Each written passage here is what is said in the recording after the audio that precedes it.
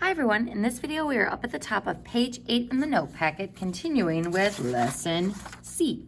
So in general, any point r theta can be expressed as r and then theta plus 2 pi k or r theta plus 360k, where k is equal to the set of integers. So you can use that to find all the coterminal solutions, but I like to think about finding those four main ones visually using the unit circle. So folks, our strategy for finding all the polar coordinates for this point would be to first find the positive r and the positive angle. To me, that's going to be the easiest point, just like we started with, 260 degrees here. So on problem A, our r is 3 and our angle is pi over 3. And lucky for us, that is the positive coordinate. So if I find pi over 3 and I act like I'm going towards it 1, 2, 3 units, that takes me to this point. So that is my positive point. So that's what rotating up looks like. So now to find the positive negative point, or the positive r value and the negative angle, I have to think about rotating down and around and ending up at that same point. So folks, with angles, it's a little bit easier because we can do some quick math to see what makes it add up to be 360 degrees. With the radians, it's not quite as friendly, but it is the same process. So we want to think about, what could I add to pi over 3 to give me the full 360 degrees, or the full 2 pi radians. So putting 2 pi in terms of 3, 2 pi would be the same as 6 pi over 3. So what angle is kind of complementary, supplementary to B360 to pi over 3? Or pi plus what gives me 6 pi over 3? That would be 5 pi over 3. So 5 pi over 3 is the size of that red angle, but because it's rotating down from the x-axis, when we write our polar coordinate, this would be a negative 5 pi over 3. So that is our positive r, negative angle. Next, we want to find our negative positive coordinate. So I'm going to go ahead and do that one over here. So negative 3 with what positive angle? So for this one, I should just zoom out here. There we go. So for this one, I want to think about my positive angle, pi over 3, and I want to move directly opposite of that on that same angle line. So what angle is directly across from pi over 3? That would be 4 pi over 3. So what this means is, if I rotate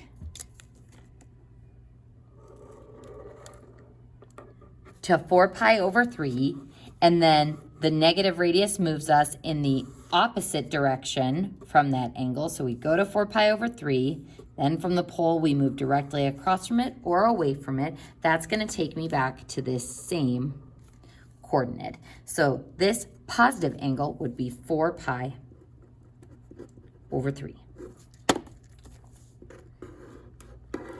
So the last angle radius combo we have to find is the negative one, which I think is always a little confusing.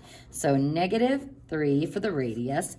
So I'm going to be using this same angle line, but instead of rotating up to that angle line, we are going to rotate down to that angle line. So I'm going to go down and around to that angle. So similar to what we did for this one, to find the size of this wedge, I think 4 pi over 3 plus what would give me 2 pi. And in terms of thirds, that would be 6 pi over 3. So 4 pi plus what will give me 6 pi?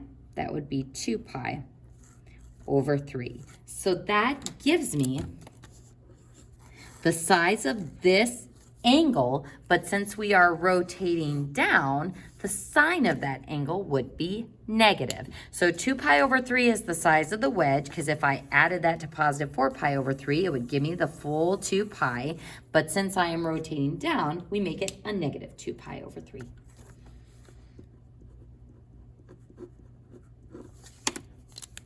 And that gives me my fourth one. So folks, what I would recommend doing is, well, maybe don't pause the video yet, because B, I do want to talk about just the first part of it. On B, I'm going to go ahead and flip to one of my other unit circles. We are given the radius is 5, and the angle is negative pi over 4. So this one's a little bit different because we're not given the positive angle, we're given the positive negative one. So first, I want to find where negative pi over 4 is. So if I rotated positive pi over 4, I'd be going up here. So if I make that same wedge size, but in the negative direction, we will be rotating here. So that is the wedge I am looking at. That is the angle I am looking at. So in order for me to find my positive coordinate, because that's the one I would try to find next, we want to move from here all the way around to that line in the positive direction. So what radian measurement does that take me to? 7 pi over 4. And notice that if I add the absolute value of those angles together, we would get 8 pi over 4, which is 2 pi, and that proves that those angles make a complete circle, which will always be the case. So there's my positive angle. So now I would pause the video and see if you can find the other two coordinates. Hopefully you had a chance to try those on your own. So if we move in the opposite direction along that same angle line, that takes me over here to 3 pi over 4.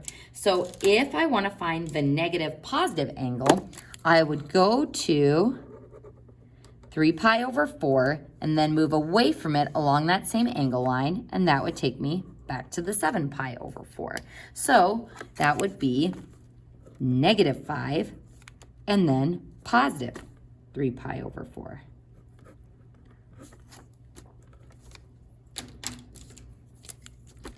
To find the last angle, we have to think about rotating down to that same angle line, knowing that 3 pi over 4 plus whatever angle I am looking for together should equal 2 pi.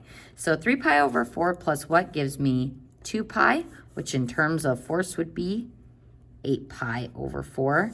So 3 pi over 4 plus what gives me 8 pi over 4? That would be 5 pi over 4. So 5 pi over 4 is the size of that pink wedge, but since I'm rotating down in the negative direction, it would be a negative 5 pi over 4. So there's my last coordinate, negative 5 pi over 4. So that is how we find different representations for the same polar coordinate. Now, folks, in the next example, we're going to be converting from rectangular to polar coordinates. So this is my rectangular coordinate.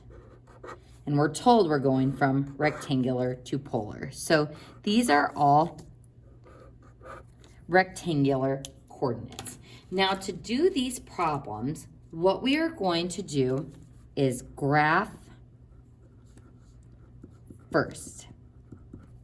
And we are going to do this with the purpose of determining quadrant for theta. So I want you to put an important box around this because this is one of the things that makes this section a little bit challenging, and it's something we're going to be doing as we jump into vectors as well. We always have to keep track of what theta is appropriate given the problem. So in addition to being careful with graphing and determining your quadrant, I also want you to put a note that says careful with units. Are we going from rectangular to polar or polar to rectangular? Should we be in degrees? Should we be in radians? So on these problems, we are going to put our polar coordinates as thetas that are measured in degrees.